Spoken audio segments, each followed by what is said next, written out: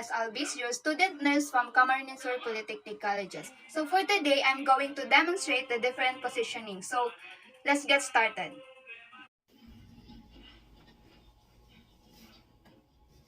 So first thing we'll do is we need to assess our patient. So I'm going to assess my patient's ability to move and her flexibility before positioning the patient. So okay, as you can see, my patient is lying down and I'm going to assess my patient. So ma'am, can you please raise your hand po? Like this. Okay ma'am, thank you. Put it down. Then next, I'm going to ask the patients to stand. So ma'am, can you please stand po?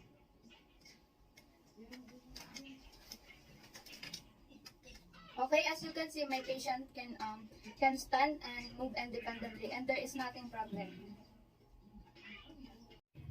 Then next, gather all the necessary equipment. So what we will be needed is the pillows, the counter rolls, and then also we needed to use the blanket and the hand rolls. So I just improvised the hand rolls and two counter rolls because we are not in the hospital setting to have this hospital bed and this equipment.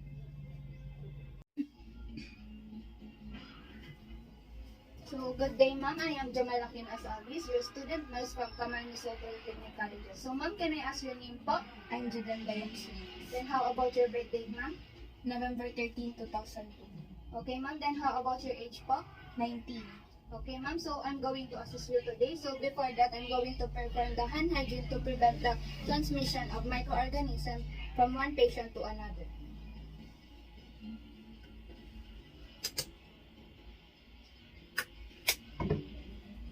Then also I'm going to provide the client's privacy.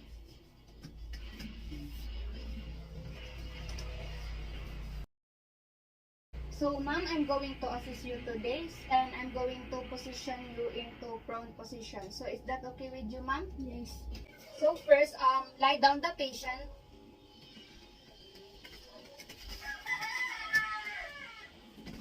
Then turn the patient into her abdomen.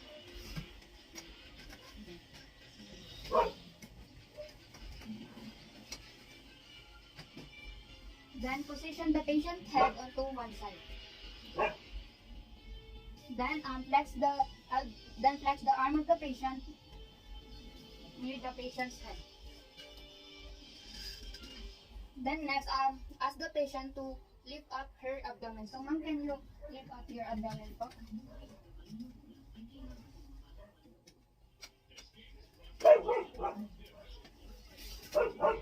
Then next, I'm going to place a small pillow to the proximal to the patient face.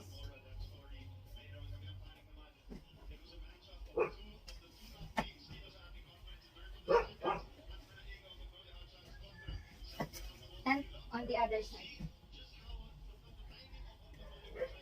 Then next, I'm going to place a pillow to the patient's feet.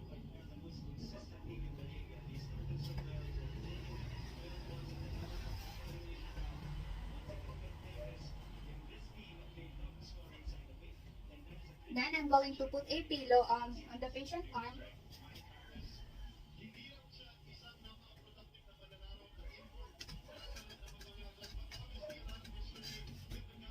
Then also I'm going to put the hand rolls to the patient's hands if needed.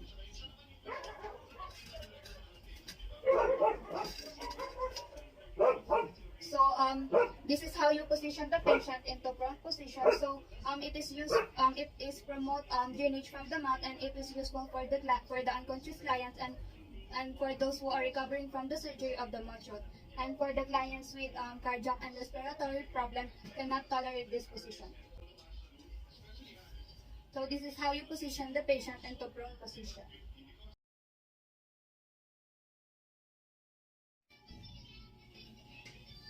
So good day, ma'am. I'm going to assist you and I'm going to position you into supine position. So is that okay with you, ma'am? Yes. Then first lie down the patient.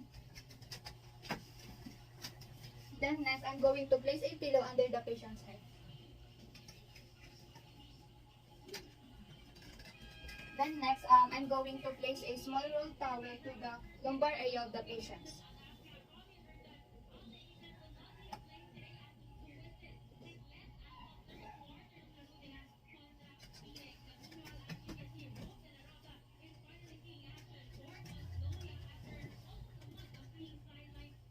Then next, I'm going to place a pillow under the patient's forearm.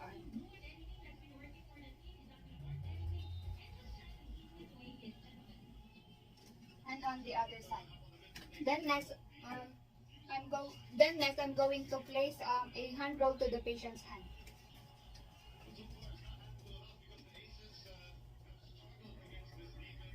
Then next, I'm going to place a small rolled towel to the parallel to lateral side of the patient thighs.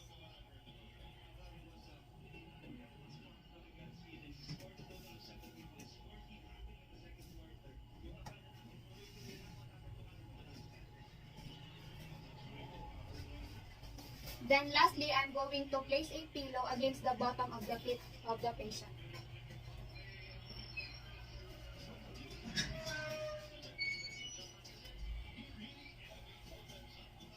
So this is how you position the patient. Supine position. So it is used for general physical examination and for the various operative procedure for having a comfort and providing the change in the position to the clients.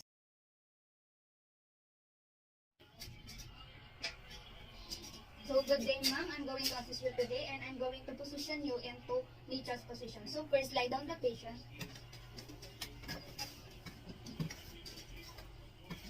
Then next, turn the patient into prone position.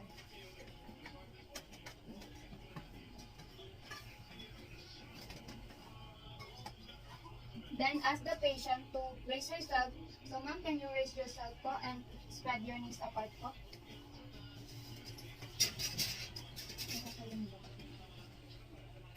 Then next, I'm going to place a pillow under the patient's head. Then turn her face on one side. Then lastly, I'm going to place a jerk to the patient.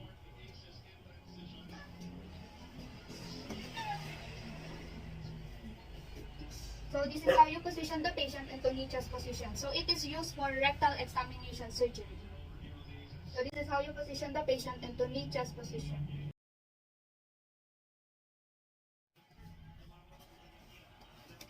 So good day, ma'am. I'm going to assist you today and I'm going to position you into Trendelenburg position. So first, lie down the patient. So in this position, we need a hospital bed. So but since we don't have a hospital bed, so we will use pillows.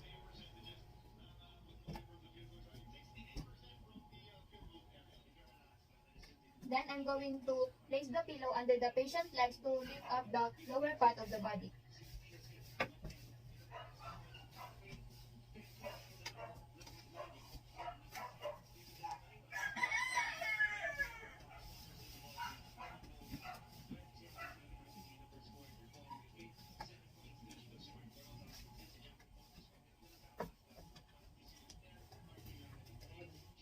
Okay, so this is how you position the Trendelenburg position. In this position, it is used to provide a posterior drainage of the basal lung lobe. So this is how you position the patient into Trendelenburg position.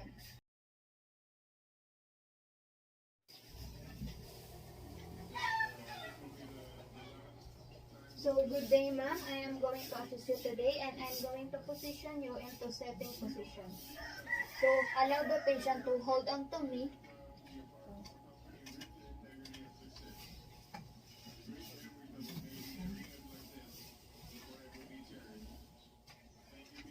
So this is how you position the setting position. So it is used to examine the upper part of the body, then also to provide the neurosurgery that allows the access to posterior cranial spine and to the cervical fossa. So this is how you position the patient into sitting position.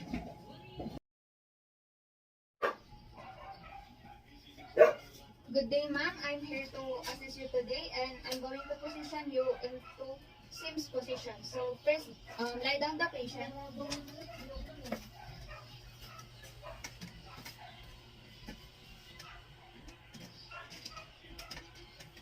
Then ask the patient to raise her knees. Then I'm going to turn the patient on one side.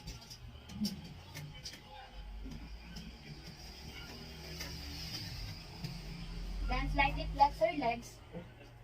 Then also slightly flex her arms. near to the patient's head. Then, I'm going to support her legs by putting a pillow. So, I'm going to put a pillow under the patient's leg.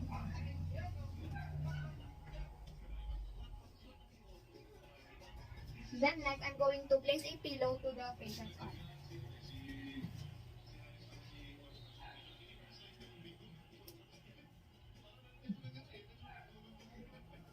Then lastly, I'm going to put a small roll towel to the patient's feet.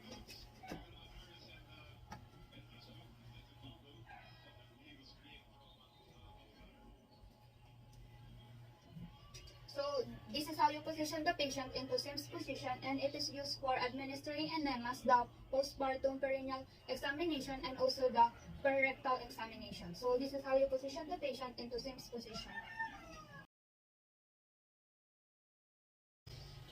So good day, ma'am. I am here to assist you today, and I'm going to position you into semi-setting position. So I'm going to place the pillow on her back.